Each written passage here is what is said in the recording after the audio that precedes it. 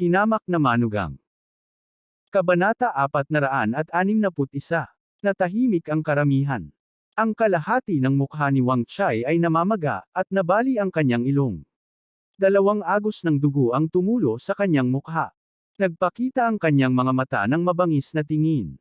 Pilit siyang tumayo at naglabas ng dagwang ngipin sa kanyang bibig. Alex Dixon, nililigawan mo si kamatayan. Kasunod ng mga salita ni Wang Chai, kung saan siya ang sentro, isang malakas na alon ng hangin ang biglang sumabog, na hinaypan ang mga tao sa paligid hanggang sa hindi nila maimulat ang kanilang mga mata. Kumilos si Wang Chai na parang naglalabas ng galit, sumusuntok sa marble sculpture sa damuhan. Boom! Ang 3 metrong taas na estatwa ng marmol na kabayo ay agad na naging isang piraso ng palad at bumagsak sa lupa. Ang suntok na ito ay nabigla lang sa mga tao sa paligid. Ang nakakatakot na lakas ng kamao na ito ay talagang nagawang basagin ang pinakamatigas na marmol, ngunit ang katawan ng tao ay hindi pa rin naging pati ng karne. Agad na napasigaw ang mga nakapaligid na alagad sa tuwa. Seryoso si Martial Master Wang. Upang mapapasabog si Martial Master Wang gamit ang totoong chi, siguradong patay na ang Dixon na ito. Isang grupo ng mga alagad ng martial arts school ang sumigaw sa tuwa. Tuwang-tuwa rin si Jiang Shuaimang na namula ang kanyang pisngi. Tinitigan niya si Alex Dixon na may nakakatakot na ngiti. Ang tawag niya ngayon sa telepono ay tumawag sa punong guro ng martial arts school, si Li Chenggang, at humihiling sa kanya na maghanap ng grupo ng mga tao na nagdudulot ng gulo ayon sa plano. Partikular din niyang inutusan si Li Chenggang na magpadala ng isang makapangyarihang martial master upang hindi niya magawang harapin si Alex Dixon. Si Wang Chai ay maingat na nililinang ang kanyang chi mula noong siya ay 12 taong gulang. Nag-aral lang siya ng mga diskarte sa kamao sa loob ng maraming taon at binansagan siyang Wang Sanquan. Kailangan lang niyang sumuntok ng 3 beses. Ang isang suntok ay sapat na upang mabuksan ang isang bundok. Isang suntok ay sapat na upang makabasag ng mga bato, at ang huling suntok ay sapat na upang basagin ang langit at basagin ang lupa. Maaari pa itong makabasa ng reinforced concrete wall. Walang sinuman sa mundo ang makatiis nito.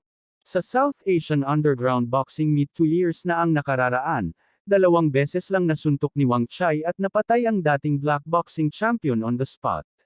Sumabog ang kanyang mga laman loob at siya ay namatay. At ngayon lang, pinalipad silang 2 ni Wang Chai. Wala man lang siyang lakas para lumaban. Wala man lang siyang dugo para lumaban. Si Jiang Shuaimang ay labis na nasa sabik. Kahit na nag-ensayo si Alex Dixon ng martial arts noon, wala itong kumpara sa black boxing champion. Baka saksakin siya ni Wang Chai gamit ang isang daliri.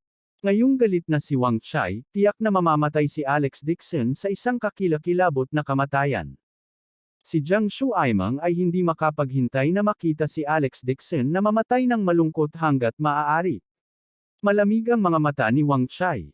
Naikuyom niya ang kanyang mga kamao at hakbang-hakbang na naglakad papunta kay Alex Dixon. Sumabog ang kanyang aura. Sa bawat hakbang niya, mababaw na bakas ang naiiwan sa semento. Hindi maimulat ng mga tao sa paligid ang kanilang mga mata dahil sa malakas na hangin. Wala silang choice kundi umatras. Sa isang kisap mata, isang malaking bakanting espasyo ang naiwan sa harap ng pasukan ng National Clinic. Tanging sina Wang Chai at Alex Dixon lang ang naroon. Napuno ng tensyon ang kapaligiran ng karamihan. Maraming tao mula sa National Clinic ang labis na nababalisa, at pinagpapawisan sila para kay Alex Dixon. May tahimik na tumawag ng pulis. Iyon ay Wang San Feast. Mamamatay si Alex Dixon. Pinag-uusapan ng karamihan ang tungkol kay Alex Dixon na naghahanap ng kanyang sariling kamatayan. Tanging si Wang Kai at ang kalbo ang nasa sabik, na nakatingin sa eksenang may sakit sa kanilang mga mata. Dahil alam nila, tiyak na ang pagkamatay ni Wang San. Sumigaw ang kalbong lalaki, Master Dixon, dahan-dahan lang. Huwag mo siyang patayin ng diretso. Kailangan pa nating iwan siyang buhay para sa pagtatanong. Tumango si Alex Dixon at sinabing tama. Kung gayon hindi ako sasalakay. Pagkasabi noon ay tumayo siya habang nakatalikod ang mga kamay at hindi gumagalaw. Huminga ang karamihan. Mayabang. Sobrang yabang. Hindi ba masyadong tanga itong si Alex Dixon? Malinaw na hindi siya katugma ni Alex Dixon, ngunit hindi pa rin siya gumawa ng hakbang upang ipagtanggol ang kanyang sarili. Nililigawan lang niya si kamatayan. Nagalit din si Wang Chai. Tumawa siya at sinabing, Alex Dixon, hinihingi mo yan. Huwag mo akong sisihin sa isang suntok kapag nasa ilalim ka ng lupa. Pagkatapos niyang magsalita, umabant siya at naikuyom ang kamao. Isang suntok. Parang nabali ang paa niya. Napakalakas nito. Isang malakas na bagzo ng hangin ang umihip kasabay ng kanyang suntok. Ang nakakatakot na suntok na ito ay talagang napunit sa hangin at lumikha ng isang ipoypo sa lupa. Ang mukha ni Wang Chai na puno ng dugo ay nagpakita ng bakas ng isang malupit at mabangis na ngiti. Ang suntok na ito ay nakatutok sa ulo ni Alex Dixon. Gamit ang 100% ng kanyang lakas, kaya niyang durugan ang ulo ni Alex Dixon na parang pakwan. Umihip ang hangin sa bakanteng lupa. Gayunpaman, hindi pa rin kumikibo si Alex Dixon.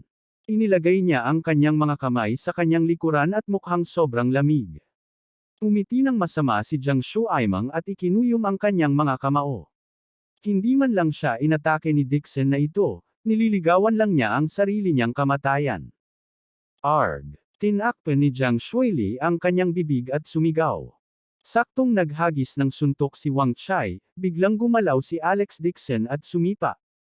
Tumpak na nakaharang ang talampakan ng kanyang sapatos sa suntok ni Wang Chai.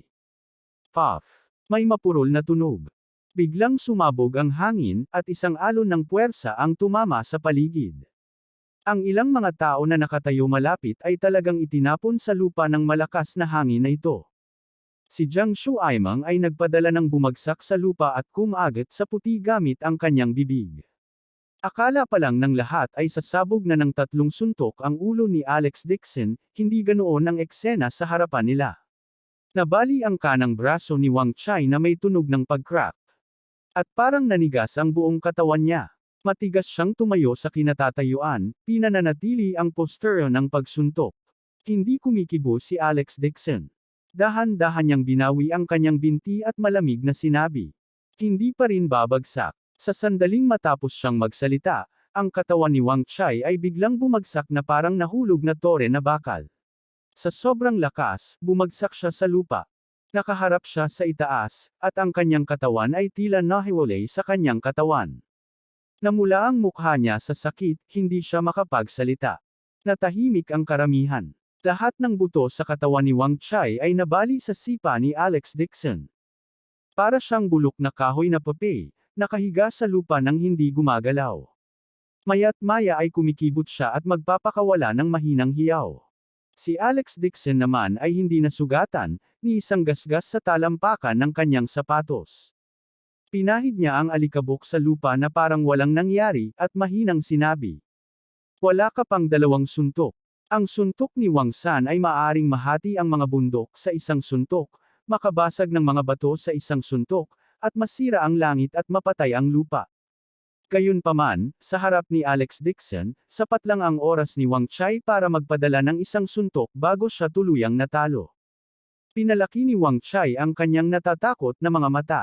Sobrang sakit ng buong niyang katawan na para bang nadurog. Hindi siya makapaniwala na lahat ng buto niya ay mababali sa sipa ni Alex Dixon. Paano ito naging posible? Siya ay naglagay ng maraming pagsisikap sa loob ng higit sa 1 taon, at naabsorb pa ang espiritu ng enerhiya. Pumasok na siya sa early stage ng foundation establishment. Hindi man lang masira ng sasakyan ang katawan niya. Ilang beses pinahid ni Alex Dixon ang talampakan ng kanyang sapatos at naglakad papunta kay Wang Chai. Casual siyang naglakad, ngunit ang mga taong nakapaligid sa kanya ay buong lakas ng mga umatras, hindi man lang nangangahas na lumapit. Huwag kang lalapit. Si Wang Chai ay labis na natakot. Pinilit niyang ibuka ang kanyang bibig at bumulong, ako ay alagad ni Li Chenggang, pangalawang baitang martial master ng martial arts school ng Pamilya Bai. Kung maglakas loob kang hawakan ako, hindi ka patatawarin ng buong martial arts school. Ang Pamilya Bai sa likod ko. Sa sobrang gulat niya ay nanginginig ang buong katawan niya. Kahit noong kalabanan niya ang Haring Kamao, hindi siya natatakot gaya ngayon. Si Jiang Shuaimang ay natigilan. Bigla siyang bumalik sa katinuan at umungol. Alex Dixon, sinaktan mo talaga si Martial Master Wang. Alam mo ba kung gaano karaming eksperto ang nasa martial arts school ng Bai family? Iyan ang Bai family. Kung maglakas loob kang umatake, hindi ka titigilan ng Bai family. Huminto si Alex Dixon sa kanyang paglalakad at sinulyapan si Jiang Shuaimeng. Si Jiang Shuaimeng ay agad na natakot. Natahimik siya at ibinaba ang ulo habang nanginginig. Natahimik ang karamihan. Lumakad pasulong si Alex Dixon at tinapakan ang mukha ni Wang Chai habang malamig siyang humagulgul. What's wrong? Makapangyarihan ba talaga ang Bai family's martial arts school? Lahat kayo takot na takot. Ang katawan ni Wang Chai ay napuno ng takot, at hindi siya nang ahas na magbitaw ng kahit isang salita. Umisi si Alex Dixon at sinabing, ang martial arts school ng pamilyang Tenbai, sa palagay ko, ay basura lahat. Kabanata 462. Mayabang na wika niya. Natahimik lahat ng mga tao sa martial arts school. Walang nang ahas na pabulaanan siya. Dahil kahit ang pinakamalakas na si Wang Chai ay nadurog ang kanyang mga buto sa kanyang sipa. Paano sila maglakas loob na manligaw ng kamatayan? Tumingon si Alex Dixon at tinanong si Wang Kai sa tabi niya, nabali ba ang kanang kamay mo? Tumango si Wang Kai na may nalilitong tingin. Tumalikod si Alex Dixon at biglang tinapakan ang kaliwang braso ni Wang Chai. May mahinang tunog ng pagbitak ng buto. Biglang nagpakawala si Wang Chai ng malungkot na sigaw. Sa sobrang sakit ay nanliit ang buong katawan niya na parang bola. Sa sigaw, nagkibit-balikat si Alex Dixon na parang walang nangyari. May mali. Ulitin natin. Pagkatapos sabihin niyon, muli niyang tinanggap ang kanang braso ni Wang Chai, at nabalian ito ang kanyang mga buto.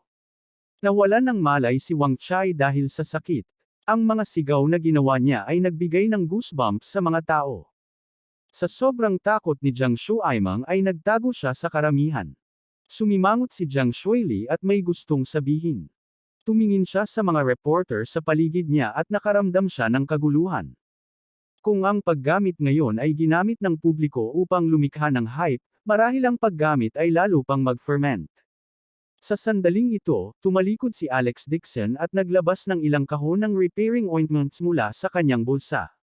Sinabi niya sa mga mamahayag, naniniwala ako na ang lahat ay may maraming problema sa pekeng gamot.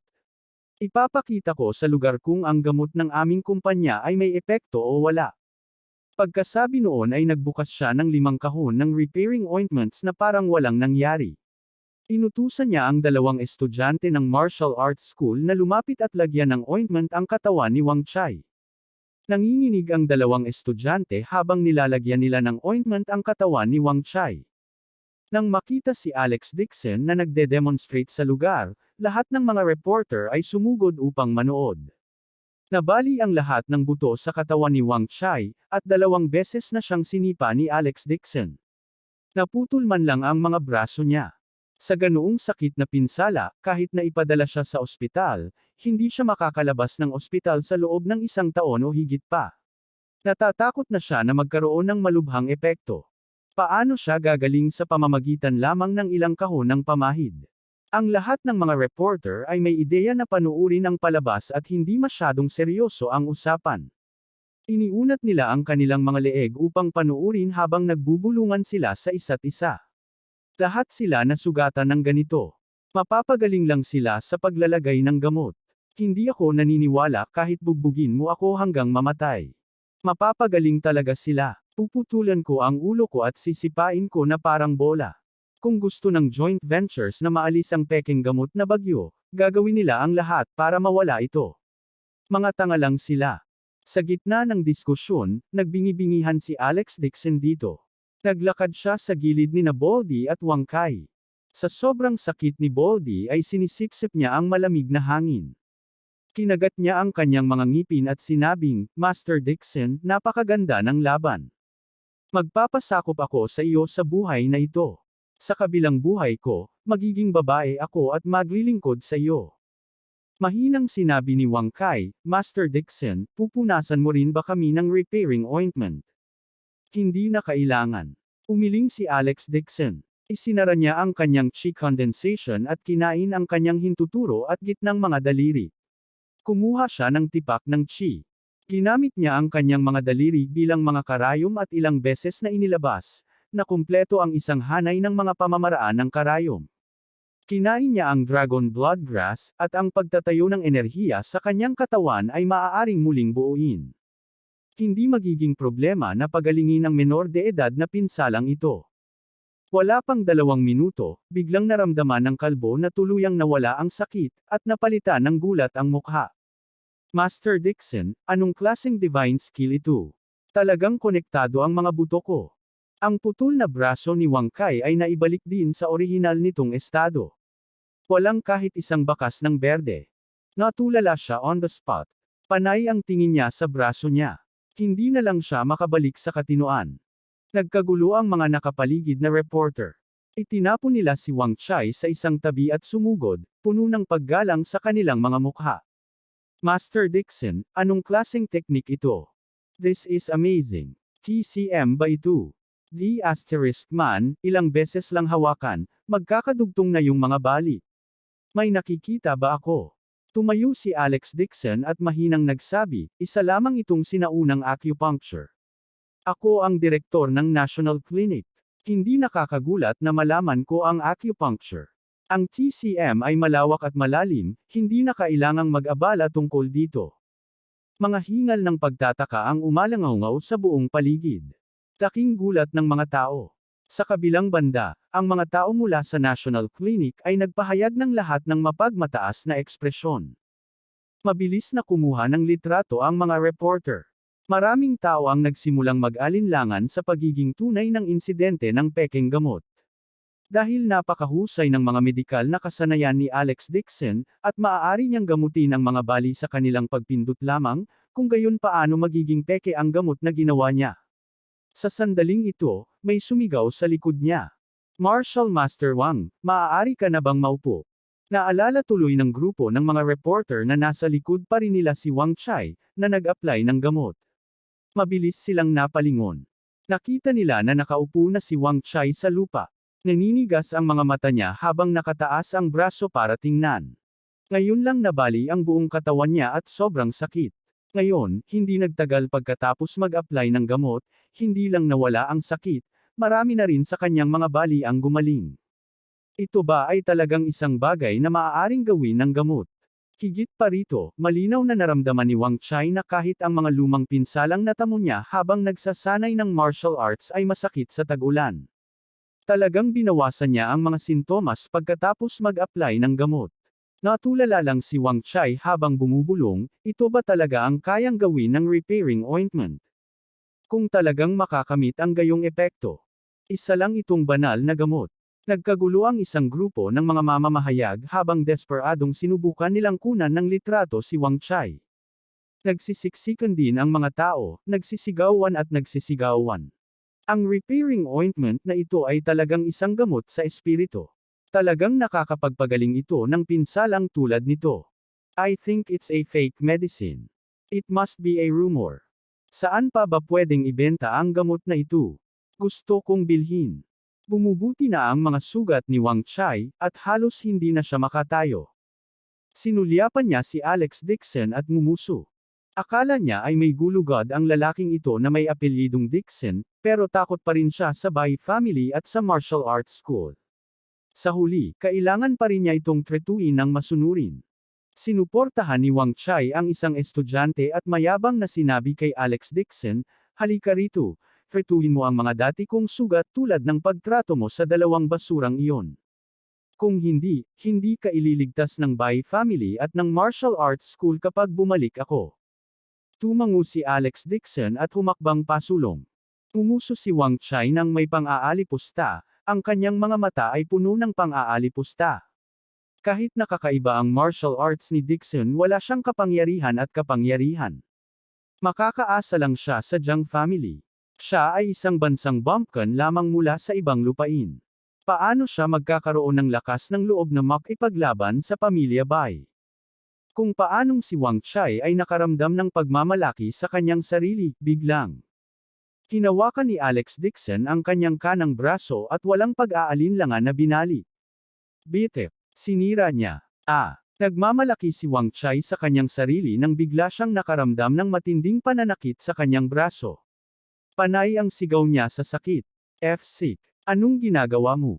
Mahinang sinabi ni Alex Dixon dahil nakita ng lahat ang pamahid ng repairing ointment, napatunayan ito na hindi ito pekeng gamot.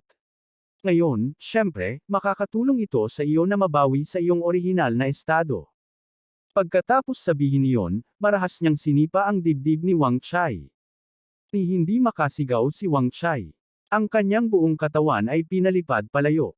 Sa isang malakas na putok, bumangga siya sa puno ng pagoda na kasing kapal ng dalawang braso ng lalaki. Ang puno ay pumasok na bali. Si Wang Chai, nakagagaling lang mula sa kanyang mga sugat, ay muling nabali ang lahat ng buto sa kanyang katawan. Sa sobrang sakit ay inilibot niya ang kanyang mga mata at nawala ng malay. Hindi man lang naglakas loob na huminga ng malakas ang mga tao sa paligid, lalo na ang grupo ng mga alagad ng martial arts school. Nang makita nilang binugbog ang kanilang amo, hindi man lang sila ng ahas na humakbang pasulong. Natakot sila na kapag pinukaw nila si Alex Dixon, sila ay papatayin sa isang hampas ng palad. Napaangat ng ulo si Alex Dixon at parang walang nangyari, ano pa bang gusto mong itanong?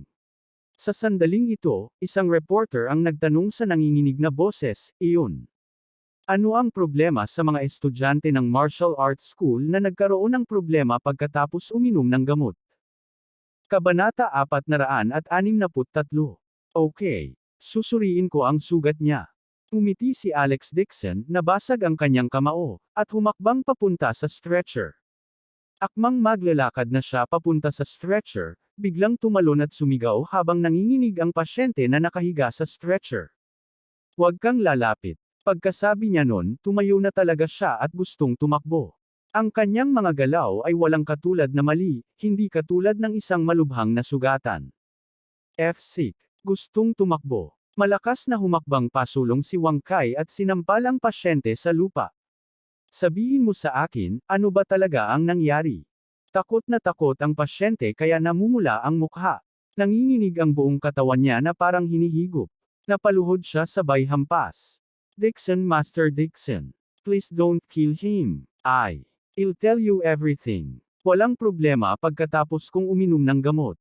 Si Wang Chai ang nagsabi sa akin na nagpanggap na may sakit at binuhat ako, sa National Clinic para magdulot ng gulo. Sinabi niya na gusto niyang sirain ang reputasyon ng joint ventures. Takot na takot siya. Maging ang kanyang amo, si Wang Chai, ay nabalian ng mga buto sa sipa ni Alex Dixon. Siya ay wala. Kung gusto ni Alex Dixon na kurutin siya hanggang mamatay, mas madali ito kaysa kurutin ang isang langgam hanggang mamatay.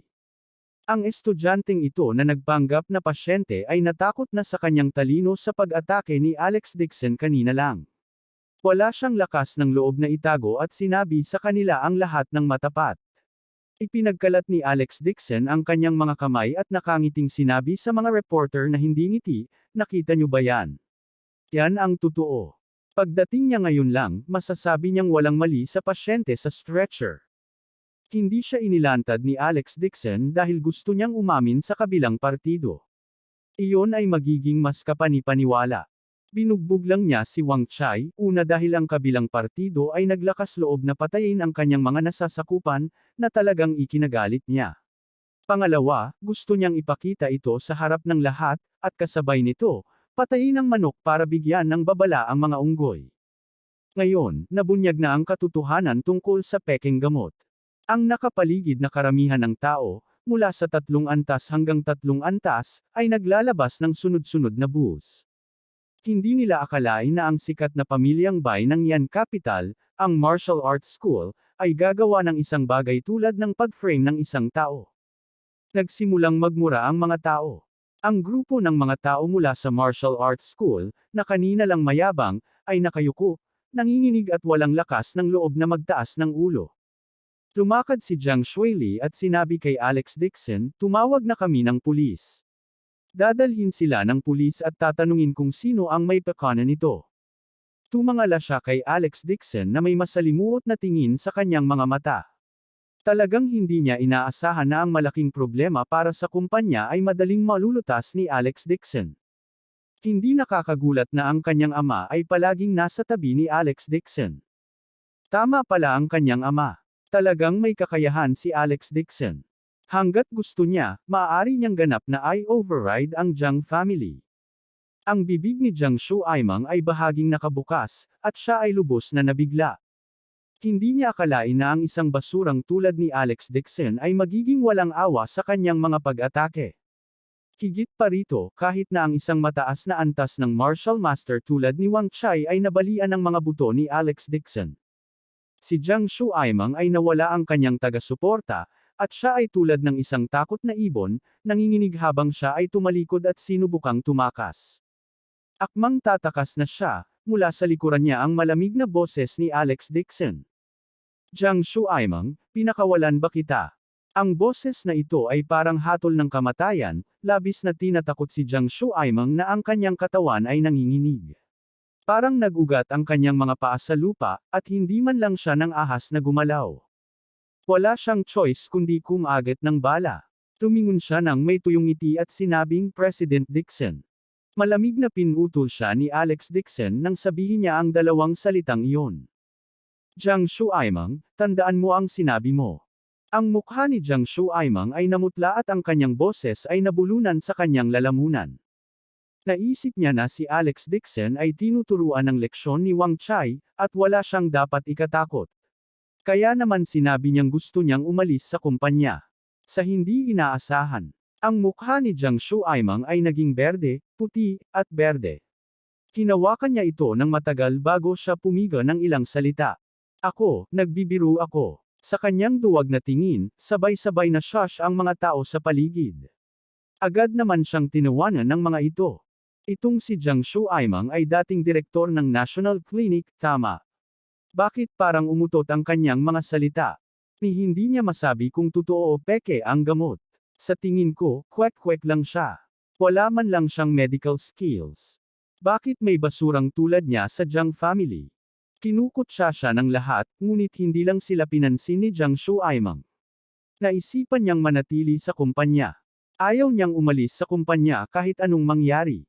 Ngayong natanggal na siya sa posisyon ng direktor ng National Clinic, kung aalis siya sa kumpanya, wala na siyang magagawa pagbalik niya sa bahay. Ang kapangyarihan ng Jiang family ay nasa kamay ni Jiang Handong, at ang kanyang pinakamamahal na nakatatandang kapatid na lalaki, si Jiang Wei, ay nakahilig na ngayon kay Alex Dixon. Maaari lamang siyang umasa sa kanyang matatamis na salita at kumilos ng nakakaawa para hikayatin ang matandang ginang na sumandal sa kanya. Tumingin si Jiang Shuaimang kay Jiang Shuili at pilit nang umiti. Sydney, ikaw, pinayuhan mo si Alex na huwag hayaang umalis si fourth uncle sa kumpanya. Joke lang yun. Pinutol siya ni Jiang Shuili bago siya matapos. Pang-apat na uncle, hindi mo ba alam kung ano ang ginawa mo kay Alex sa kumpanya? Ngayong nakagawa ka na ng military order sa harap ng lahat, sana ay tuparin mo ang iyong pangako at iwan mo ang kumpanya kasama ang iyong mga tao. Jiang family will arrangement other mga lugar na mapupuntahan mo. Nagsalita si Jiang Shuili nang may malakas na boses. Hindi niya binigyan ng anumang mukha si Jiang Shuaimang sa harap ng karamihan. Pagkatapos ng insidenteng ito, nakilala na niya ang mukha ni Jiang Shuaimang. Si Jiang Shuaimang ay walang pakialam sa mga interes ng pamilya. Gusto lang niyang gamitin ang gobyerno para maghiganti sa kanyang personal na paghihiganti. Si Alex Dixon, sa kabilang banda, ay madaling mapatay si Jiang Shuaimang gamit ang isang daliri. Gayunpaman, para sa kapakanan niya at ng Jiang family, siya ay nagtitimpi hanggang ngayon. Nakonsensya si Jiang Shuili kay Alex Dixon, kaya hindi siya nagpakita ng awa kay Jiang Shuaimang. Mabilis ang tibok ng puso ni Jiang Shuaimang nang marinig niya yon. Isa lang ang nasa isip niya. Tapos na. Maging si Jiang Shuili ay nakinig kay Alex Dixon. Ano ang magiging posisyon niya sa Jiang family sa hinaharap?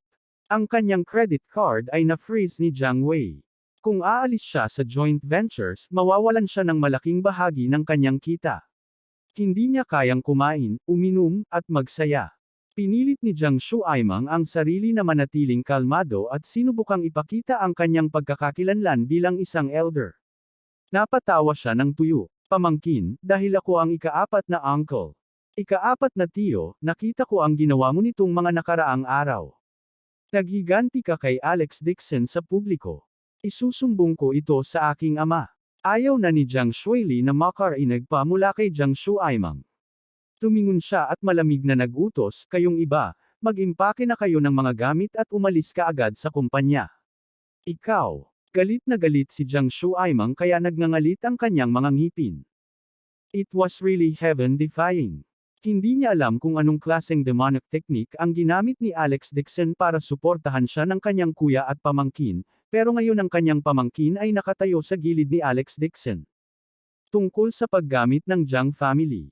Kailan pa nagkaroon ng final say ang pinangalanang Dixon? Nang marinig niya na pinaalis pa ni Jiang Shuili si fourth uncle, nataranta ang kanyang mga pinagkakatiwalaang aide. Ang ilang mga tao ay pawang mga elder ng grupo ni Jiang. Namuhay sila ng komportable at kakaunti ang pera. Ngayong bigla silang itinaboy, parang bolt out of the blue. Ang ilan sa kanilang mga pinagkakatiwalaang aide ay hindi inaasahan na nasa maling club. Napuno sila ng panghihinayang. Kabanata 464. Hindi napigilan ng isang elder na tumayo at umiyak, President Jiang, mangyaring huwag mo akong itaboy. Si Jiang Shuaimang ang bumati sa amin ng maaga at hiniling sa amin na itaboy si Alex Dixon sa pulong. Sa kanyang pangunguna, ang iba pang mga pinagkakatiwalaang aides ay tumalon din at sinubukan ang kanilang makakaya upang linawin para sa kanilang sarili. Oo. Si Jiang Shuaimang ang nagsabi sa amin na kung hindi namin itataboy si Alex Dixon, hindi na kami magkakaroon ng magandang buhay sa kumpanya mula ngayon.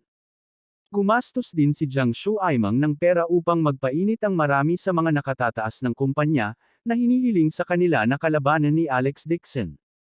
Napilitan din kami, kung hindi kami hahayaan ni Jiang Shuaimang na magkaroon ng magandang buhay sa kumpanya. Hindi inaasahan ni Jiang Shuaimang na lalabanan siya ng kanyang pinagkakatiwalaang aide. Sa sobrang galit niya ay nagmura siya. Walang silbi kayong mga basura. Manahimik kayong lahat. Ang dapat tumahimik ay ikaw. Malamig nang umuso si Alex Dixon. Alam na niya na si Jiang Shuaimang ang gumawa nito sa meeting room pero hindi niya ito sineryoso. Alex Dixon, hindi sa iyo ang lugar para magpasya sa mga bagay ng Jiang family. Galit na sigaw ni Jiang Shuaimang. At saka, kung aalis ako o mananatili ay nasa mga shareholder na ang magdedesisyon. Ang isang maliit na tao na tulad mo ay walang karapatang magsalita. Natawa si Alex Dixon at mahinang sinabi, the shareholders have the final say. Then I will make you give up. Pagkatapos sabihin niyon, tinawagan niya si President Zhao ng Haicheng Group Company at malamig na sinabi, paputok si Jiang Shuaimang. Ang Haicheng Group Company ay itinuturing na shareholder ng joint ventures, na sinundan ng Wanhao Company na may hawak ng 1% ng mga share. Napangisi si Jiang Shuaimang nang marinig iyon. Alex Dixon, sa tingin mo ay napakalaking bagay ka. Lahat ng kumpanya sa mundo ay gustong makipagtulungan sa Jiang family. Paanong isuko ng Haicheng Group Company ang kanilang mga interes para sa isang maliit na tao na tulad mo? Bago niya matapos ang kanyang mga salita, narinig niya ang magalang na boses ni President Zhao na nagmumula sa telepono. Oo, Presidente Dixon, gagawin ko ito ngayon. Isang President Lin ang labis na ikinagulat ni Jiang Shuaimang na ang kanyang kaluluwa ay ninakaw at siya ay nanlamig sa lugar. Maging ang ekspresyon ni Jiang Shuili ay nagbago. Tumingon siya at tinanong si Alex Dixon, Ikaw ang boss ng Haicheng Group Company. Nagkibit-balikat si Alex Dixon at sinabing, mayroon akong ilang shares sa Haicheng Group Company. Karaniwan para sa mga empleyado ng kumpanya na humawak ng kaunting bahagi sa kumpanya. Nakahinga rin ng maluwag si Jiang Shuili. Magsasalita pa sana siya, nagmamadaling tumakbo ang sekretarya. Kanina lang tumawag sina President Jiang, President Zhao at President Wang mula sa Wanhao Company, na nagsasabing gusto nilang umalis si Jiang Shuaimang sa kumpanya. Tumango si Jiang Shuili at mariing sinabi kay Jiang Shuaimang, ika-4 na uncle, pumunta ka sa Human Resources Department sa hapon para ayusin ang mga account at umalis sa kumpanya. Pagkasabi niyon ay lumabas na siya nang hindi lumilingon at sumakay sa Mercedes-Benz. Tumawag din ng pulis ang mga taga-National Clinic. Ilang sasakyan ng pulis ang dumaan at inalis ang lahat ng tao sa martial arts school na nagdudulot ng gulo. Para naman kay Wang Chai, nawala na siya ng malay dahil sa mga bali ng buto sa buong katawan.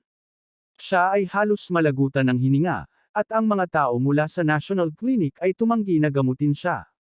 Walang pagpipilian ang sasakyan ng pulis kundi maghanap ng pribadong ospital at ipadala siya.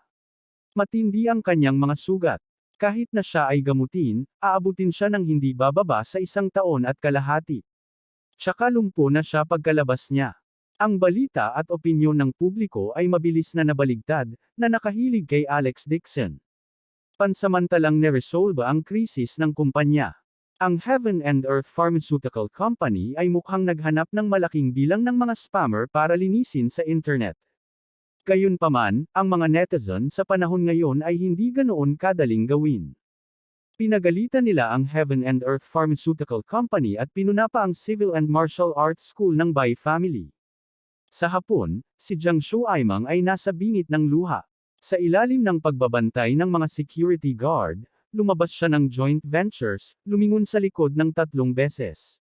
Kung wala ang pangunahing pinagmumula ng kita, kahit ang kanyang maliit na pulot, si Wang Jiaojiao, ay nagpadala ng tumingin sa kanya.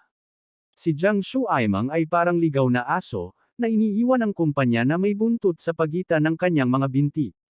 Maging ang kanilang pinagkakatiwalaang aide na sumuporta sa kanya ay walang awang pinaalis sa kumpanya. Ang kanyang kinalabasan ay nagpaparinig sa takot sa iba pang mga tao sa kumpanya. Hindi na sila nang ahas na magkaroon ng anumang pag-iisip na labanan si Alex Dixon. Hindi lang alam ng taong ito kung anong klaseng background siya. Ito ay sadyang masyadong katawa-tawa. Sa kumpanya, si Jiang Shuili ay presidente sa pangalan, ngunit sa katotohanan, ang tanging taong may kapangyarihan sa paggawa ng desisyon ay si Alex Dixon. Sa opisina, tinawagan ni Alex Dixon ang kanyang tiyahin na si Dixon Shenglan upang magtanong tungkol sa kalagayan ng matandang master. Ngayong nagpapagaling na ang matandang master sa ibang bansa, pansamantalang naging matatag ang kanyang isip at katawan. Tungkol sa sakit ni Dixon Old Master, Alex Dixon ay wala ring magawa. Maaari rin niyang gamitin ang mga medikal na kasanayan sa 9 Profound Heaven Scripture upang gamutin ang kanyang pakiramdam. Gayunpaman, ang sakit ni Dixon Old Master ay sanhi ng kanyang sakit sa pag-iisip. Maraming taon na ang nakalilipas, matapos ang pagkamatay ng kanyang mga magulang sa isang aksidente sa sasakyan, ang matandang master ni Dixon ay dumanas ng matinding dagok. Agad siyang nagkasakit. Pagkatapos niyang gumaling, lalo siyang nawalan ng gana. Laging sinisisi ng matandang master ni Dixon ang kanyang sarili dahil hindi niya mahanap ang pumatay sa aksidente sa sasakyan. Sa mahabang panahon, ito ay naging sakit sa puso, na nagiging sanhi ng paglala ng kanyang kalusugan. Tanging ang munting titsahin na si Dixon Shenglan lamang ang kadalasang sama-sama sa kanya at magbibigay sa kanya ng paliwanag. Tanong ni Alex Dixon, "Little Tita, hanap mo na ba ang kinaroroonan ng jade pendant na iyon?" Sa ngayon, wala akong masyadong clue. Napabuntong hininga si Dixon Shenglan at sinabing, "Marami na rin akong pinadala para mag-imbestiga, pero alam ko lang na galing sa ibang bansa ang jade pendant. Kung sino ang may-ari, hindi pa namin alam. Ayos lang, huwag kang masyadong mabalisa." Mariing sabi ni Alex Dixon, talagang darating ang araw na mabubunyag ang katotohanan. Nanumpa siya na hahanapin niya ang tunay na pumatay ng aksidente sa sasakyan sa kanyang buhay upang aliwin ang kanyang mga magulang sa langit. Narinig ni Dixon Shenglan ang kanyang matatag na tono at nakaramdam ng kasiyahan. Sinabi niya, "Alex, kung pakakasalan mo si Su Chingcheng at ang dalawang pamilya ay magsanib puwersa, hindi mo ba alam ang tunay na mamamatay tao sa likod nito? Sa tingin ko dapat kang magbigay ng halaga ng pera, sa Lewis family at hiwalayan sila." Nang marinig niya ang sinabi ng munting titahiin, sumakit agad ang ulo ni Alex Dixon. Mabilis siyang nakahanap ng dahilan at ibinaba ang telepono. Hindi nakakalimutan ng kanyang munting tiyahin ang kasal sa pagitan niya at ng Su family. Noon pa man ay ayaw niya sa kanya, ang asawa na si Jane Lewis. Nang ibaba niya ang telepono, binuksan ni Jiang Shuili ang pinto at pumasok sa opisina. Humingi siya ng paumanhin sa kanya at sinabing isusumbong niya ang bagay na ito kay Jiang Wei mamaya. Si Jiang Shuili ay taimtim na humingi ng tawad, ngunit walang masabi si Alex Dixon. Pagkatapos ng lahat, si Jiang Shuaimang ay tiyuhin ni Jiang Shuili. Kahit na siya ay tinanggal, siya ay isang nagpadala ng kadugo ng Jiang family. Katulad ng kanyang biyenang si Helena, gaano man siya kasama, hindi siya kayang pilitin ni Alex Dixon tulad ng pagtrato niya kay Wang Chai. Pumikit na lang siya at itaboy si Jiang Shuaimeng palabas ng kumpanya. Bawat pamilya ay may kanya-kanyang problema. Maging ang Jiang family, na may malaking kapangyarihan, ay may kakaibang kakaiba. Pagkalabas ni Jiang Shuili, babalik na sana si Alex Dixon sa villa ng 2 beses kumatok ang pinto ng opisina. Inikot ni Ding Yu ang kanyang payat na baywang at pumasok na may dalang tasa ng mainit na kape. May matamis na ngiti sa kanyang mukha. Nakasuot siya ng itim na uniforme sa opisina na nakabalot sa kanyang mature at well-developed figure. Siya ay may mga curvaceous curves at nagbigay ng mature vibe. Hindi maiwasan ni Alex Dixon na tumingin sa kanya ng ilang beses. Lalo na't nag-iisip na ang tingin nito sa umaangat bahagi ng katawan nito ng ilang segundo. Sayang naman ang magiging secretary ng ganitong kagandang babae. Kung magpe-film siya ng privately circulated movie, siguradong sisikat siya sa isang shot lang. Bahagyang tumagilid si Ding Yu at inilagay ang kape sa mesa. Nakapatong ang kamay niya sa mesa habang nakangiti kay Alex Dixon. President Dixon, have a cup of coffee to cheer up you. Dahil sa poster niya, nakita ni Alex Dixon ang kwelyo niya sa unang tingin, at halos damyugo ang ilong niya. Ang babaeng ito ay palaging hindi nakabuto ng kanyang kamiseta at gustong yumuko sa harap niya. Hindi alam kung sinadya o hindi. Naghinala pa siya na sinusubukan siyang makita ni Ding Yu. Kabanata 465. Saglit na nag-alinlangan si Ding Yu habang kumatok sa pinto ng opisina at naglakad pabalik. President Dixon, itong halamang gamot na ito, hindi ko kaya. Anong problema? Tumangala si Alex Dixon sa pagkalito, puno ng pagtataka ang kanyang puso. Mapapagaling ng halamang gamot na ito ang iyong karamdaman. Tsaka hindi naman ito mahalaga. Isa lang siyang ordinaryong sekretarya, hindi cultivator. Malamang na hindi niya alam na ito ay isang mahalagang dahon ng dragon blood grass. Napakagatlabi si Ding Yu. Ngayong itinago na niya ang kanyang aura, hindi siya makita ni Alex Dixon. Gayunpaman, inutusan siya ni Ku Fei na maging isang especially iya sa tabi ni Alex Dixon. Sa hinaharap, makakahanap siya ng pagkakataon na patayin siya, kaya ayaw niyang makatanggap ng anumang pabor mula sa kanya. President Dixon, ayos lang ako. Dapat mong panatilihin ang damong ito. Kumunot ang noo ni Alex Dixon at mas nagulat. Malinaw na hindi maganda ang pakiramdam niya, ngunit tinitiis pa rin niya ang sakit. Bakit niya tinatanggihan? Sabi niya, Ding Yu, may mahirap ka bang sabihin? Tumangala si Ding Yu at may bakas ng gulat sa kanyang mga mata. Napagtanto niya na siya ay nasa gulat at natatakot na siya ay makita. Pinilit niyang manatiling kalmado at tahimik na iniba ang paksa. President Dixon, paano mo nakita ang aking sakit? Umiti si Alex Dixon at sinabing, TCM Doctor ako. Mula sa kutis ng iyong mukha, ang iyong pulang mukha ay berde, at ito ay hindi natural na pamumutla. Ang mga madilim na bilog sa iyong mga mata ay lila din. Ibig sabihin, mayroong lamig sa iyong dugo.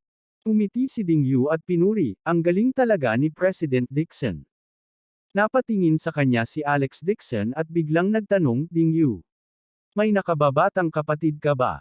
Sa sandaling matapos siyang magsalita, nagbago ang ekspresyon ni Ding Yu sa isang iglap, at 2 matalim na ilaw ang bumungad sa kanyang magagandang mata. Paano mo alam? Nakaramdam ng awkward si Alex Dixon. Casual na tanong niya. Hindi niya inaasahan na ganoon kalaki ang reaksyon ni Ding Yu. Parang gustong-gusto niyang protektahan ang nakababatang kapatid, na para bang natatakot siya na saktan nito ang nakababatang kapatid. Mabilis siyang umiling at sinabing, sinasabi ko lang na ang lamig sa iyong dugo ay higit pa o hindi gaanong nangyayari sa katutubo. Kung mayroon kang isang nakababatang kapatid na babae, tiyak na mas malamig ang katawan mo at magdurusa ka kasama nito. Ang magagandang mata ni Ding Yu ay kumikislap at ang kanyang hitsura ay komplikado. Bahagyang tumango siya at sinabing, President Dixon, mayroon akong nakababatang kapatid na babae at ang sitwasyon ay eksaktong kapareho ng sinabi mo. Hindi lang mababaw ang pangangatawan ng nakababatang kapatid ko, ngunit ang kanyang kapalaran ay 4 na haligi din ng purong yin. Noong nakaraan, sinabi ng mga manghuhula na hindi siya mabubuhay ng higit sa 18 taong gulang. Sandaling natigilan si Alex Dixon. Hindi niya akalain na tama siya. Umiti si Ding Yu na parang walang nangyari at sinabing, para magamot ang sakit ng kapatid ko, wala akong choice kundi pumunta sa ibang bansa. Siguro ganito ang buhay ng kapatid ko.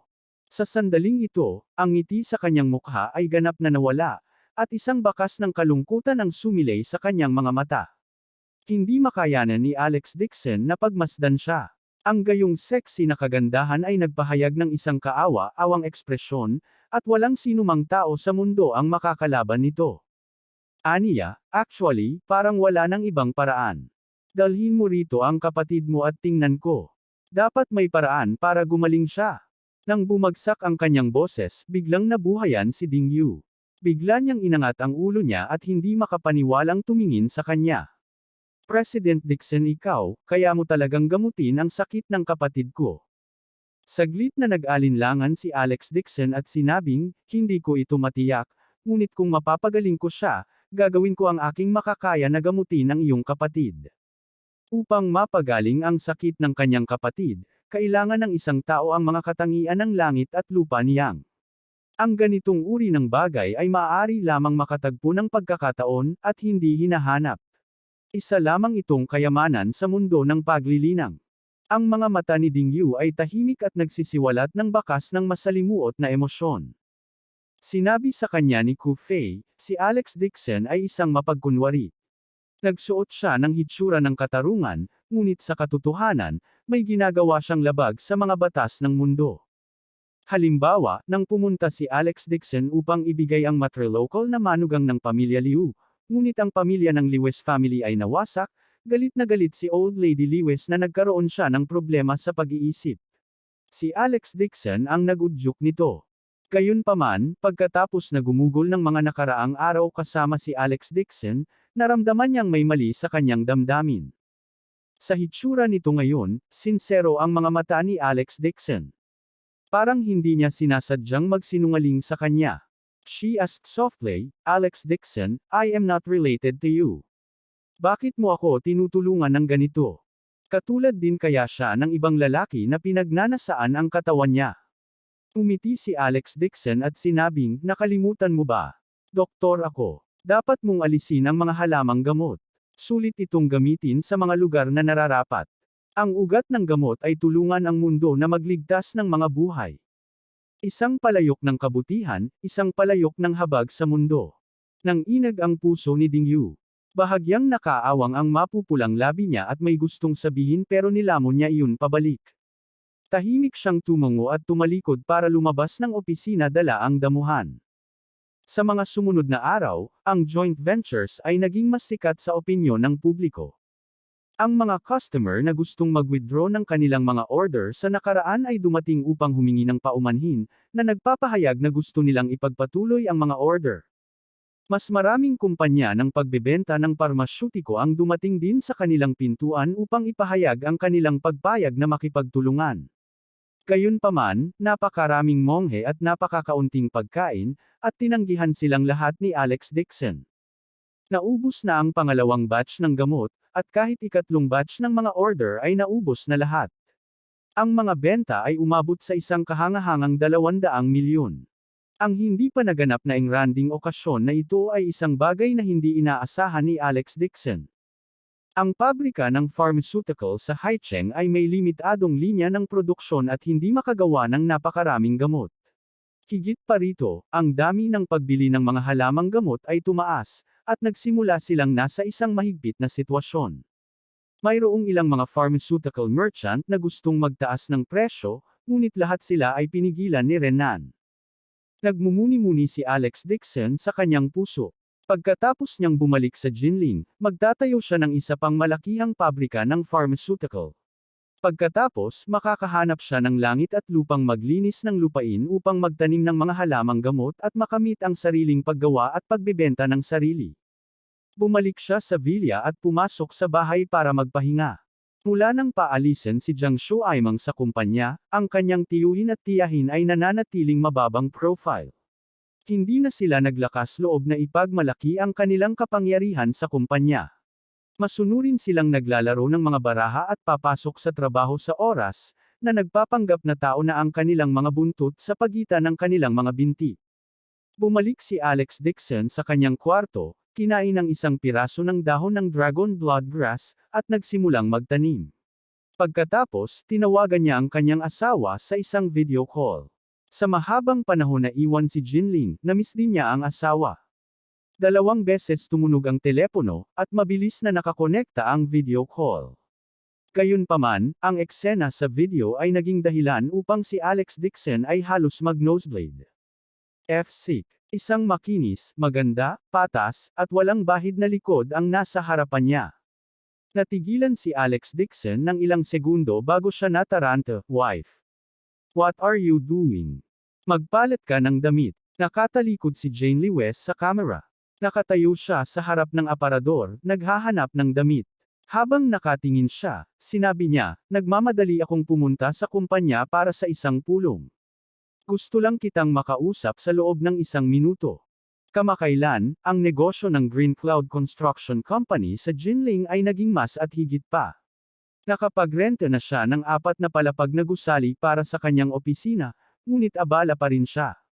Ang Chingian Company ay unti-unting naging isa sa mga pangunahing construction company sa Jinling. Ang mga order ay lumipad na parang mga snowflake.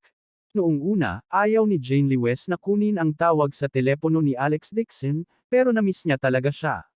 Kaya sinamantala niya ang pagkakataon na kunin ang video call habang nagpapalit ng damit at mabilis na nakipag-chat sa kanya.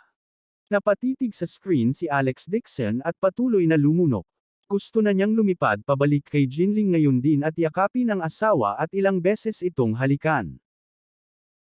Abangan ang susunod na kabanata.